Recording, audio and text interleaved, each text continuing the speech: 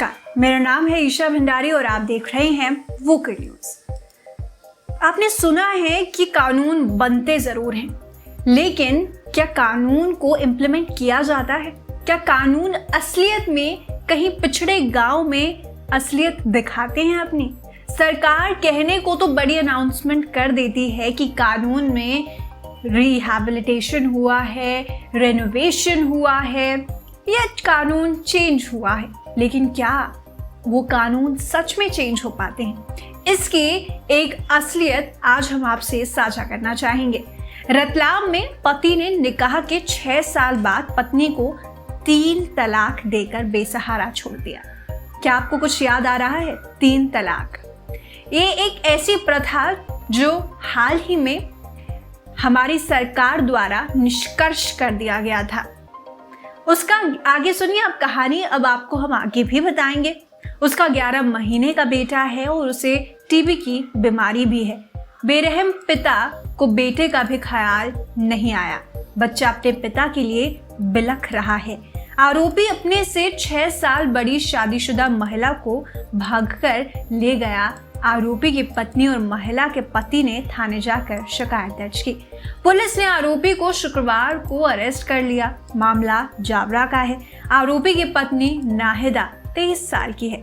उन्होंने बताया कि नजरबाग निवासी पेशे से ड्राइवर शाहरुख 26 साल से उसका निकाह 6 साल पहले हुआ था। शुरुआत में सब कुछ ठीक चला, लेकिन महज 2 साल पहले शाहरुख गलत संगत में पड़ गया। उसने उनके जेवर बेच दिए, घर के दूसरे सामान भी बेच चुका था। इस बीच वह प्रेग्नेंट भी हुई तो उसका ठीक से ख्याल नहीं रख पाया। बेटा जब 8 महीने का हुआ तो उसे टीबी की बीमारी हो गई। उसका इलाज चल ही रहा था। नाहिदा ने बताया कि 2 महीने से पति और भी ज्यादा परेशान करने लगा था। जरा सी बात पर मारता पीटता था। 3 दिन पहले 31 अगस्त की बात है, उसने 3 बार तलाक बोलकर छोड़ दिया। नाहिदा ये बताती हैं, ऐसे रिपोर्ट फाइल करती हैं कि 3 बार उन्होंने तलाक बोला और तलाक निश्चित हो गया। तलाक हो गया उन दोनों के बीच। शाहरुख अनिता उर्फ शबनम 32 के पति शादाब शाह ने पुलिस को बताया कि वो ट्रक ड्राइवर है। लहसुन लेकर चेन्नई गया था। लौटा तो पता चला कि शाहरुख पत्नी को भगाकर ले गया। पुलिस ने इस मामले में भी केस किया है। एसआई के सिंह ने बताया कि आरोपी को गिरफ्तार कर लिया है, पूछताछ कर रहे हैं। शादाब ने जो रिपोर्ट लिखवाई है उस महिला के बारे में भी जानकारी ले रहे हैं। बच्चे और महिला के साथ अन्याय नहीं होने देंगे, ये प्रशासन ने कहा है। लेकिन आप हकीकत देखिए, क्या 3 तलाक जैसा कानून आज भारत में एग्जिस्ट कर रहा है? सरकार द्वारा तो ये कानून कहीं ना कहीं विलीन हो गया था ना, उनके शब्दों के अनुसार। तो आखिर कैसे ये 3 तलाक जैसे कारनामे हो रहे हैं? और ये एक केस है जो मीडिया के सामने आकर के उठा है। आप नहीं जानते कि कितने ऐसे केसेस हैं जो आज तक आपकी आंखों के सामने आए ही नहीं हैं। और ये एक कानून की बात हम नहीं कर रहे हैं। ये कानून हर टाइप का हो सकता है, हर सोर्स से हो सकता है, हर विषय का हो सकता है। एक विषय अभी एग्जाम्पल देकर आपको बताऊंगी। 18 साल से कम उम्र बढ़ा देना लड़कियों की, 21 साल कर देना शादी की उम्र, कहां तक चल रहा है?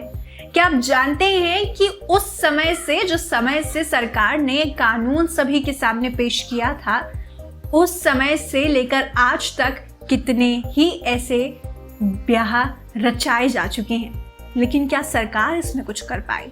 क्या सरकार कुछ कर पाएगी भी? क्योंकि किस गांव खेड़े में, कौन से इलाके में, कौन से कोने में, कौन से रूल का, कौन से नियम का उल्लंघन हो रहा है, ये सरकार कैसे देखेगी? इसका मेन कारण मैं आपको बता देती हूँ।